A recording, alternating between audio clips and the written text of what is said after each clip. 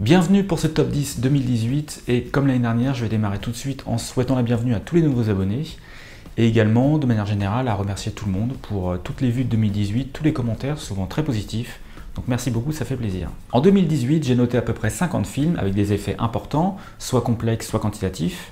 Parmi eux, 8 films dont certains des effets ou leur intégralité ont été réalisés par des studios français.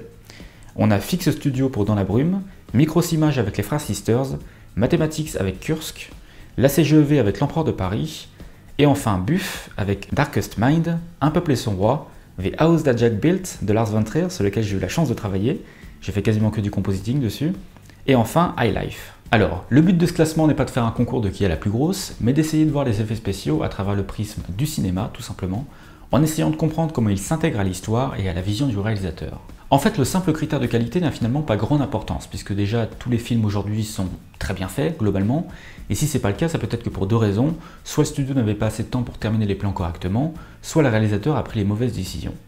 Il y a un tweet de Duncan Jones, qui a notamment réalisé Warcraft, et qui explique plutôt bien la situation en disant que si les effets sont ratés, c'est à cause du réalisateur, s'ils sont réussis, c'est grâce au studio. Du coup, mes trois critères sont la qualité, l'originalité, et le plus important à mes yeux, la pertinence. Je mets en avant certains films plus ou moins pour leur qualité ou leur originalité, mais globalement la pertinence est ce qui harmonise un peu le tout. Petite précision, ce classement n'a rien à voir avec les Oscars, c'est totalement subjectif, et franchement il y a certains films au niveau de leur position, ça joue à pas grand chose, c'est vraiment du ressenti, mais en tout cas j'espère que mon point de vue vous intéressera. En 10e place, Le Retour de Mary Poppins, réalisé par Rob Marshall. Le premier film, sorti en 1964, fut un tournant majeur dans l'histoire des effets spéciaux, puisque c'est la première fois que des personnages réels cohabitent avec des personnages cartoon dans des scènes aussi longues et complexes. Le film est également connu pour le travelling mat en fond jaune, utilisé dans les années 60 et 70, principalement par Disney, mais aussi par Hitchcock. Cela consiste à placer l'actrice devant un fond blanc éclairé par des lampes à vapeur de sodium.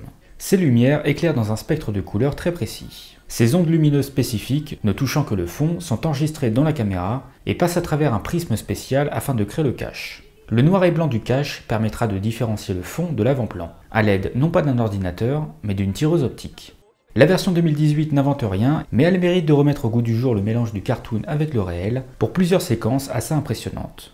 Sans oublier les effets désormais numériques, offrant l'opportunité de créer des images complexes pour intégrer le virtuel dans les décors réels, de manière créative, dynamique, le film embrasse pleinement la portée fantastique de l'histoire avec un certain sens de l'émerveillement, en mettant en avant des effets spéciaux souvent irrationnels, ce qui, avouons-le, n'arrive pas tous les mercredis au cinéma.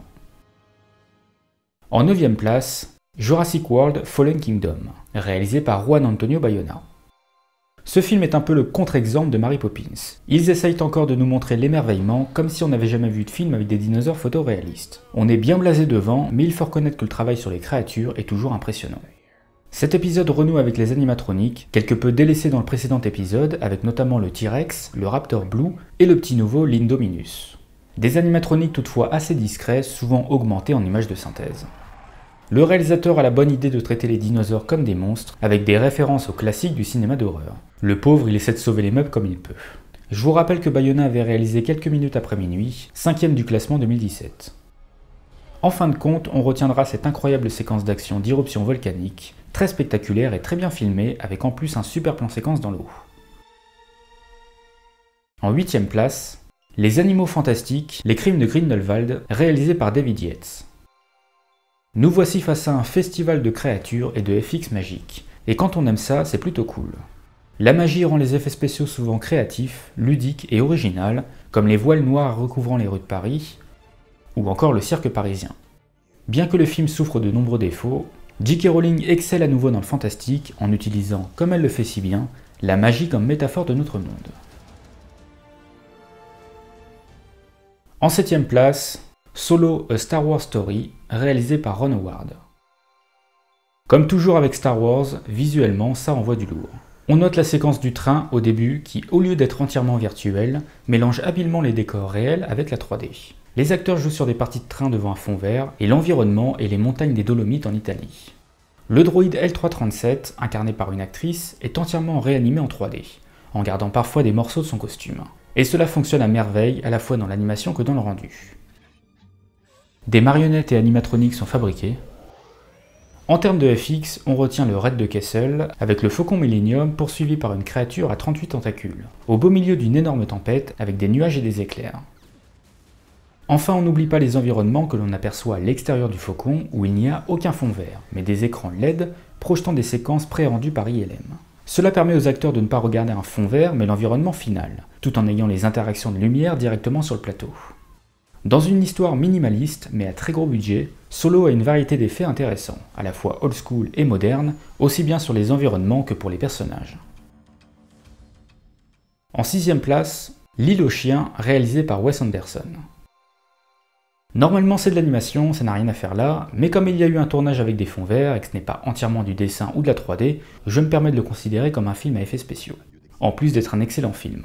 L'île aux chiens est le second long métrage en stop motion du réalisateur Wes Anderson, après Fantastic Mr. Fox en 2009. La performance technique est à saluer, magnifiée par le style très singulier du cinéaste, ici poussé à son paroxysme, avec des plans souvent fixes, très centrés, et des effets toujours artisanaux. Comme on peut le voir avec les explosions, la fumée ou encore l'eau, réalisés avec du plastique ou de la laine de coton. Les personnages sont animés par méthode de remplacement, ce qui veut dire que chaque expression humaine est animée en remplaçant image par image des parties de son visage, principalement la bouche dans le cas présent. Les VFX interviennent notamment pour effacer sur chaque visage les lignes de séparation des différents modèles. Il y a également beaucoup de fonds verts, et de nombreuses scènes où les différents éléments du décor sont filmés séparément, puis composés ensemble dans le logiciel Nuke. Cela veut dire que les 950 plans du film ont été retouchés par ordinateur au sein de Freemale Studios. Les effets visuels sont alors utilisés par pure nécessité pour pleinement servir la mise en scène et l'histoire. Ce style original se démarque par une simplicité visuelle techniquement complexe. On retiendra d'ailleurs l'animation de cette superbe scène de préparation culinaire. En 5ème place, Jean-Christophe et Winnie, réalisé par Mark Foster. Vous l'attendiez peut-être pas celui-là, moi non plus d'ailleurs, mais il faut reconnaître que ce film est techniquement très impressionnant. C'est avant tout un travail de personnage sur Winnie l'ourson et ses potes. L'idée est d'avoir un rendu complètement photoréaliste à partir d'un matériau à l'origine visuellement très simpliste. Le pari est largement réussi avec un boulot spectaculaire sur les poils. Comme ce n'est pas un film d'animation 2D ou 3D, mais bel et bien des personnages virtuels dans des images réelles, cela implique que les interactions avec les objets censés être réels soient aussi réalistes en 3D que les personnages eux-mêmes. Puisque forcément, chaque objet que touche un des personnages doit être en 3D. Que ce soit les interactions avec la nourriture, notamment le miel, le sol avec un tapis, des feuilles dans la forêt, ou encore de la boue. Également les contacts des poils ou des vêtements avec l'eau ou le vent. L'éclairage joue également un rôle primordial pour leur intégration dans le réel. Ils ont d'ailleurs utilisé sur le tournage de vraies peluches des personnages pour les références lumière. Après les films Paddington en 2014 et 2017, et les Gardiens de la Galaxie avec Rocket, Framestore commence à se faire une belle bande démo de petites créatures poilues, et ça continue avec le film Pikachu qui sortira cette année. En 4ème place, Avengers Infinity War, réalisé par Anthony et Joe Russo. Il est de loin le Marvel le plus impressionnant à ce jour. Le crossover de tous les super-héros mélange tous les décors et apporte une grande variété dans les styles d'environnement, avec Londres, la bataille au Wakanda, l'espace ou encore Titan. Le personnage de Thanos est le plus grand accomplissement technique du film, fourmillant de détails aussi bien sur son apparence que son interprétation. L'acteur Josh Brolin l'incarne en performance capture, tandis que Digital Domain et Weta, les deux plus gros contributeurs de cette technologie de ces 20 dernières années, se chargent de donner vie aux personnages, avec chacun leur méthode et leurs outils. Pour la première fois dans le Marvel Cinematic Universe, nous avons un film avec des enjeux réellement importants. Les 18 films précédents ont été tellement légers que voir une telle gravité sur ce film s'avère assez rafraîchissant. Un retournement scénaristique à la fin, extrêmement dramatique, est symbolisé par un effet visuel, en l'occurrence un effet de particules. Franchement, c'est presque un des effets les plus spectaculaires des 19 films. Déjà parce qu'il est très réussi, mais surtout car il raconte quelque chose, en exprimant les conséquences des enjeux de l'histoire qui n'ont jamais été aussi élevés. L'effet n'est clairement pas le plus original, même carrément pas, mais lorsqu'il symbolise une vision apocalyptique jusqu'ici inédite dans cet univers, ça le rend d'autant plus marquant.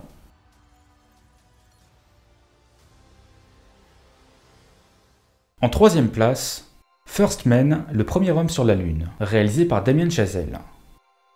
Damien Chazelle réalise un film spatial incroyablement réaliste, se servant des effets spéciaux non pas pour le spectaculaire mais pour l'immersion. Sur le tournage, comme pour Solo et Interstellar au passage, les différentes navettes sont construites et placées sur une plateforme mobile, devant un gigantesque écran LED, projetant des environnements terrestres et spatiaux rendus par double négative. Pour les plans d'ensemble, le module lunaire d'Apollo 11, la capsule Gemini 8 et le cockpit X-15 sont des maquettes. Les 3 modèles sont à l'échelle 1/6, mais il y a également celle de Saturne V qui fait 12 mètres de haut. Le plus intéressant concerne l'utilisation d'images d'archives de la NASA en 70 mm. Elles servent soit de référence, pour tout refaire en 3D comme ce plan, soit utilisées telles quelles, puis augmentées avec de la fumée ou du feu en 3D. Et parfois ce n'est même pas en 3D mais en effet pratique. Les images sont de bonne qualité mais très anciennes, elles ont donc beaucoup de vieux grains, de noise qu'il faut enlever.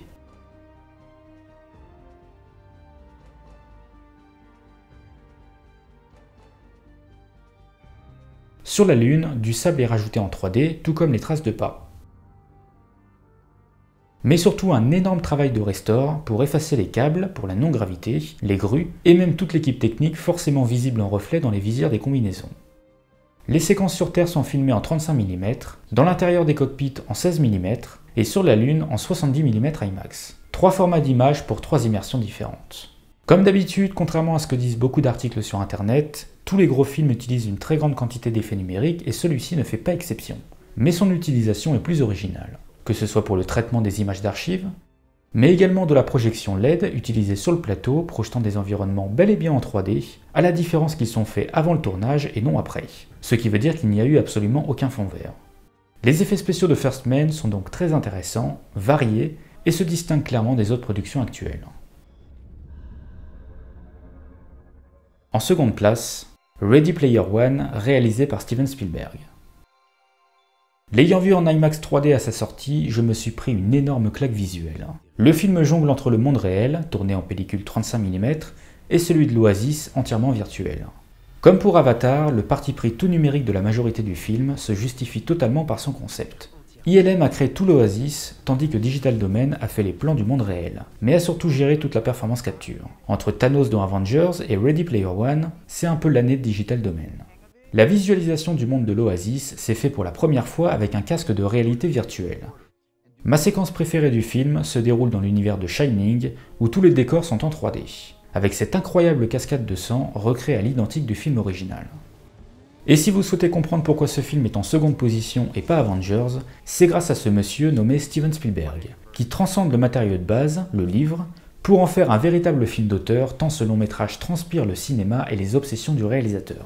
Il ne se sert pas de la pop culture pour amuser la galerie comme le font tous les autres films, mais plutôt afin d'inviter les spectateurs, ou de manière plus globale l'industrie du divertissement, non pas à rester bloqués dans leur fanatisme, mais plutôt à essayer de comprendre ces mythes qu'ils idolâtrent, pour les contourner et en créer des nouveaux. Ce que Hollywood a beaucoup de mal à comprendre aujourd'hui. Spielberg se projette totalement dans les personnages de Wade et James Hallyday, en donnant même une réflexion sur l'héritage qu'il laisse au cinéma. Comme toujours chez le réalisateur, que ce soit la fluidité du montage ou la composition des plans, l'inventivité visuelle de ce film est absolument dingue. Spielberg a une incroyable capacité à concevoir des scènes d'action qui racontent une histoire, en gérant parfaitement l'espace de manière à créer des cadres et des enchaînements de plans à la fois inventifs et spectaculaires. En témoigne la course au début, qui est pour moi la séquence la plus impressionnante de l'année. Cette maîtrise absolue de l'image ne peut que sublimer les effets spéciaux dans ce spectacle cinématographique. Enfin à la première place, La forme de l'eau, réalisé par Guillermo del Toro. C'est le film le moins cher de ce top 10, avec un budget de seulement 20 millions de dollars. On retient la technique du dry for wet, consistant à donner l'impression que l'on tourne dans l'eau, avec un jeu de lumière caustique, des éléments de décor suspendus et objets 3D, des effets numériques rajoutés comme des bulles, beaucoup de fumée sur le plateau et enfin tout ça filmé à une cadence d'image plus élevée. Cet effet s'avère original et parfaitement intégré dans cette histoire fantastique. Bien sûr, le plus important concerne la créature incarnée par Doug Jones dans un costume.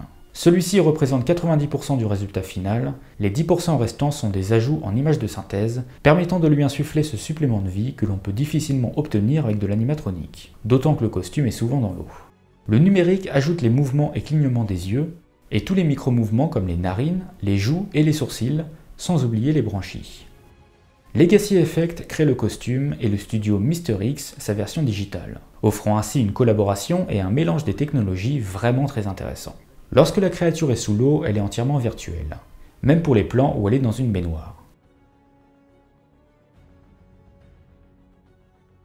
Ce film incarne à merveille ce que représentent pour moi les effets spéciaux et comment ils peuvent être utilisés en se servant de tous les outils possibles qui, au final, s'effacent derrière les personnages.